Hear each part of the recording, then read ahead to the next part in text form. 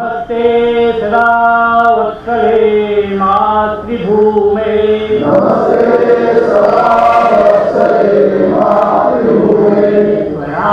हिंदू भूमे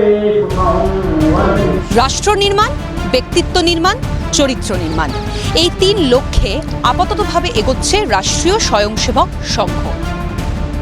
রাষ্ট্রীয় স্বয়ংসেবক সংঘ বা আরএসএস ভারতের একটি হিন্দু জাতীয়তাবাদী স্বেচ্ছাসেবক সংগঠন। মূল আদর্শ হল হিন্দুত্ববাদকে জাগ্রত করা। সেই লক্ষ্য নিয়েই এগিয়ে চলেছেন আরএসএস সদস্যরা। সল্টলেকের বিবিবিসি পার্কে এক কর্মসূচির আয়োজন করা হয় সংঘের তরফে।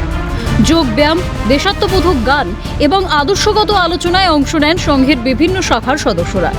বিগত 50 বছর ধরে প্রত্যেক দিন সকালে এই পার্কেই মিলিত হন তারা। নিজেদের রাষ্ট্রীয় ও মানসিক চিন্তাভাবনার বিকাশের জন্য ব্রহ্ম মুহূর্তকেই বেছে নিয়েছেন তারা। সকালবেলাটা হচ্ছে একটা ব্রহ্ম মুহূর্ত। তো সকালবেলায় আমাদের শাখা হয়।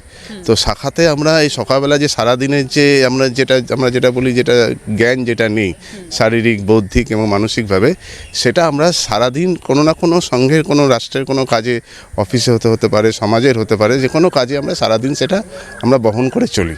এটা হচ্ছে আমাদের রাষ্ট্রীয় স্বয়ংসেবক সংঘের মূল ভিত্তি এবং এটা হচ্ছে একটি ম্যান মেকিং অর্গানাইজেশন, মানে মানুষ তৈরি সংগঠন। পশ্চিমবঙ্গে রাষ্ট্রীয় স্বয়ংসেবক সংঘের আগমন এবং তাদের কাজের বিস্তার বেশ গভীর। বাংলায় পথ চলা শুরু হয়েছিল স্বাধীনতারও আগে থেকে। আরএসএস এর প্রতিষ্ঠাতা ডক্টর কেশব বলিরাম হেডগেওয়ারের নির্দেশে কাজ শুরু করেন বাবা সাহেব আপতে এবং দাদারাও পরমার্থ। 1947 সালে দেশভাগের সময় ওপার বাংলা থেকে আসা হিন্দু উদ্বাস্তুদের জন্য ত্রাণ বিলি ও পুনর্বাসনের ব্যবস্থা করার কাজে সক্রিয়ভাবে যুক্ত হয় আরএসএস। তাদের এই মানুষের জন্য কাজ করার ইচ্ছা থেকেই সমাজে গ্রহণযোগ্যতা বাড়তে থাকে। সরাসরি সংঘের কর্মী না হলেও ডক্টর শ্যামাপ্রসাদ মুখোপাধ্যায়ের এখানে একটা বড় ভূমিকা ছিল। পরবর্তীকালে এই সংঘের সহযোগিতাতেই তিনি ভারতীয় জনসংঘ প্রতিষ্ঠা করেন, যা আজকের ভারতীয় জনতা পার্টি বলেই পরিচিত। প্রচারের আলোয় না এসে নীরবে কাজ করে যাচ্ছেন সংঘের সদস্যরা।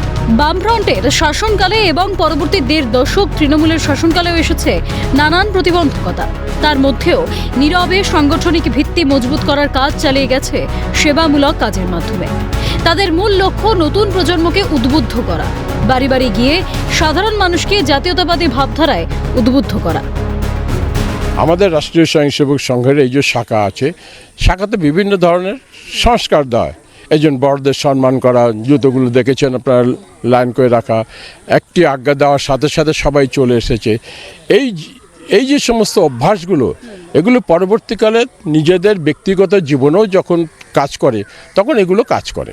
যেমন সময়নিষ্ঠা, একজন মানুষ যখন সময় মেনে চলে, আমাদের সবার 24 ঘন্টা সময়, কিন্তু যে সময় মেপে চলে তার কিন্তু কাজ অনেক বেশি কাজ করতে পারে।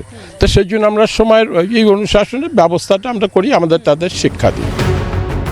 পরিসংখ্যান বলছে গত 1 দশকে শাখার সংখ্যা এবং সামাজিক প্রভাব উল্লেখযোগ্যভাবে বৃদ্ধি পেয়েছে বাংলায়। 2023 সালে উত্তরবঙ্গে সংঘের মোট ইউনিট ছিল 1034টি এবং শাখা ছিল 493টি। 2025 সালে তা বেড়ে হয়েছে 1153। শাখার সংখ্যা বেড়ে হয়েছে 547। মধ্যবঙ্গে 2023 সালে সংঘের ইউনিট ছিল 1320টি আর শাখা ছিল 483টি। 2025 সালে সংঘের ইউনিট হয়েছে 1823টি এবং শাখা বেড়ে হয়েছে 758টি।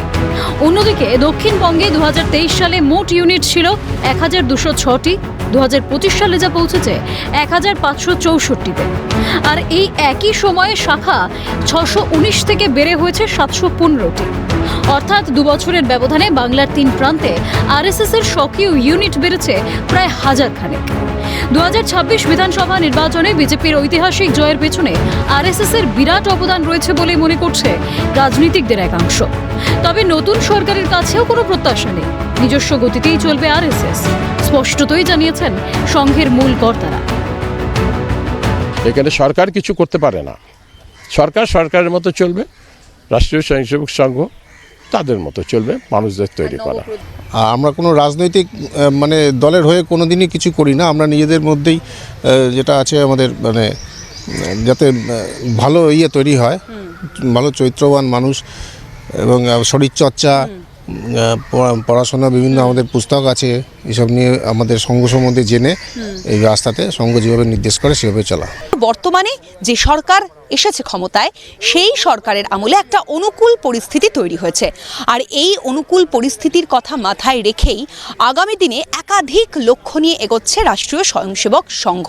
মূলত মানুষের চারিত্রিক, মানসিক এবং বৌদ্ধিক বিকাশ, এই 3 মূল লক্ষ্যমাত্রাকে সঙ্গে করে নিয়ে নবপ্রজন্ম অর্থাৎ তরুণ প্রজন্মকে এই সংগঠন বা এই সংঘের সদস্য করা, এই সংঘের সঙ্গে নবনিযুক্ত করাই মূল লক্ষ্য রাষ্ট্রীয় স্বয়ংসেবক সংঘের। সকাল থেকেই বিবিবিসি পার্ক সল্টলেকে সেই লক্ষ্যমাত্রাতে কর্মসূচি চলছে তাদের। ক্যামেরায় সুদীপ্ত দত্তের সঙ্গে অভিরূপা সাহা, ক্যালকাটা নিউজ, কলকাতা।